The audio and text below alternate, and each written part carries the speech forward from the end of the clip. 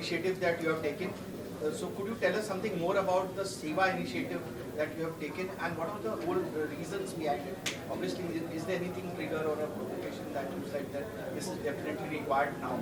Well, Face the cameras. Well, I'll just tell you very briefly and then we'll hand it over. So, the Leelavati Hospital was set up in the year 1997. This has been in the memory of my late grandmother, which has been set up at the sheer hard work and instance of my father and mother, Shri Kishore Mehta and Srimati Charu Mehta. Sometime in the year 1997, we started the Seva wing. This is the charity wing of the hospital, which undertakes various medical programs, camps, and we have been conducting free medical treatment for the downtrodden and the indigenous patients right from the beginning. This initiative has been done solely at the instance and at the creation of my mother, who has been instrumental in spearheading the Seva initiative right from several decades. And just to give you a snapshot, we have adopted more than 108 villages till now. We have conducted several medical camps and accorded free treatment to thousands of patients who are physically handicapped, challenged, also in the field of oncology, pediatrics, everywhere across the board. And we owe this greatly, and we appreciate that the founder, permanent trustee Srimati Charu Mehta, has started this initiative, and we will ensure that the board of trustees continues this for generations to come. I will now hand over to Deepa, who is also heading the Seva wing, just to give you a brief on this. Sir, what would you like to say on upcoming any events on Project What?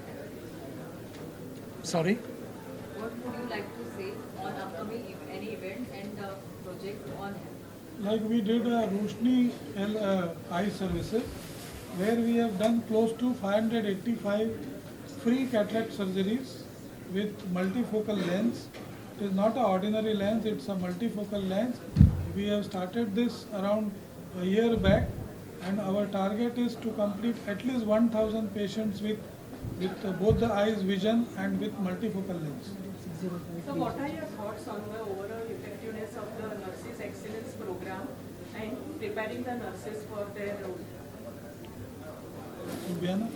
Yeah, so She's the head of nursing. Just please introduce yourself. yeah, I'm Rubiana D'Souza, Chief Nursing for Services, and currently we have undergone training program with Mayo Clinic.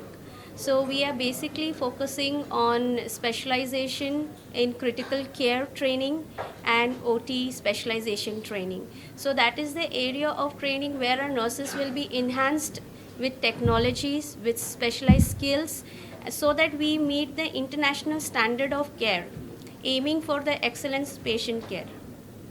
And we are the first hospital to have Mayo Clinic program. This is first time any hospital in India, No, in the world. in the world Yes. in fact, who has decided to take the upgradation of nurses and the training with globally best Mayo Clinic, their own nurses, their own directors. You could have seen they were present, some of them are present, some of them have left with the initial 5-7 days training. So they all have physically come, trained our nurses, they examined our systems, our protocols, our SOPs, they have revised, they have given good updates. They have in fact done classroom training for close to 130 nurses. 130 nurses is a huge amount. Now this 130 nurses will take this step further and they will train other nurses. Sir, is there any mission of Leelavati hospitals, any target or anything else? I will let Saurav Sharma, my co-trustee, address that. Hi, I'm Saurav Sharma. I'm on the board of trustees. So yeah, I'll take this question. It's just not the numbers that we are talking about here. It started on the same note wherein we were helping underprivileged, and I don't know where it is going to end, but then the legacies has to be taken forward. So we cannot commit on the numbers, but then yes, the vision is the same, and we'll all be working on the same roadmap. Thank you, sir. Sir, एक अभी हिंदी में वो सेवा initiative के बारे में कुछ रह गया। Please, sir. सर आज के इतने बड़े इनिशिएटिव जो लीलावती हॉस्पिटल ने लिया है नर्सिंग एक्सीलेंस प्रोग्राम के बारे में आप क्या कहना चाहेंगे और बहुत बड़े लेवल पे सक्सेसफुल ये जस्ट आपको थोड़ा ब्रीफ बोल दें कि भाई ये लीलावती हॉस्पिटल ये अपना सेटअप और चालू हुआ था इन 1997।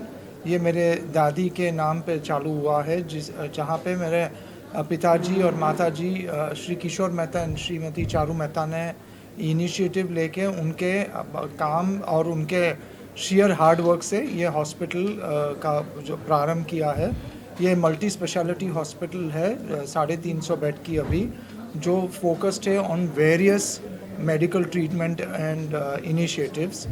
इसमें हमने मेरी माताजी ने सेवा विंग चालू की थी 1997 में, जहाँ पे जो भी गरीब पेशेंट है उनके लिए पूरा फ्री सुविधा करके, फ्री ट्रीटमेंट करके आज तक हमने 108 विलेजेस को हमने अडॉप्ट किया है और बहुत सारी जो भी हमने सुविधा दी है, जो भी ट्रीटमेंट दिया है गरीब लोगों को बिल्कुल मुफ्त में किया है।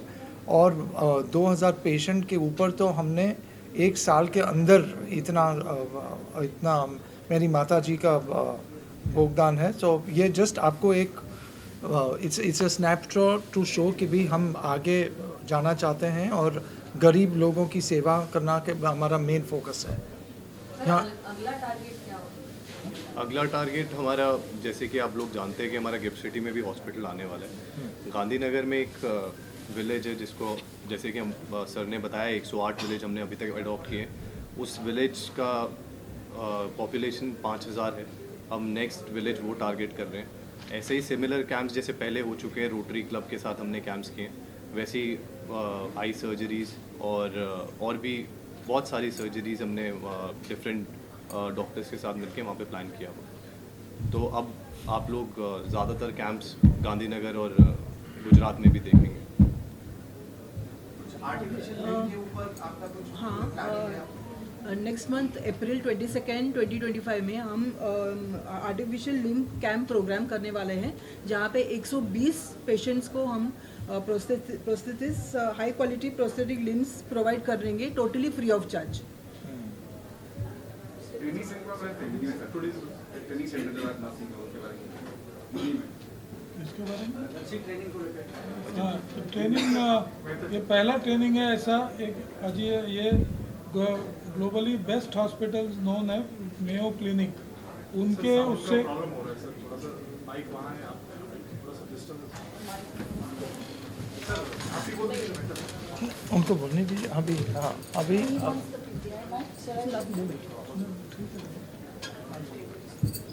Clinic not for profit organisation है, जहाँ बहुत ग्रुप ऑफ एक्सीलेंट डॉक्टर्स काम करते हैं और वो चेन ऑफ हॉस्पिटल अपना नर्सिंग केयर, अपना मेडिकल केयर के लिए बहुत फेमस है, पूरे वर्ल्ड में नंबर 1 कैटेगरी में आता है।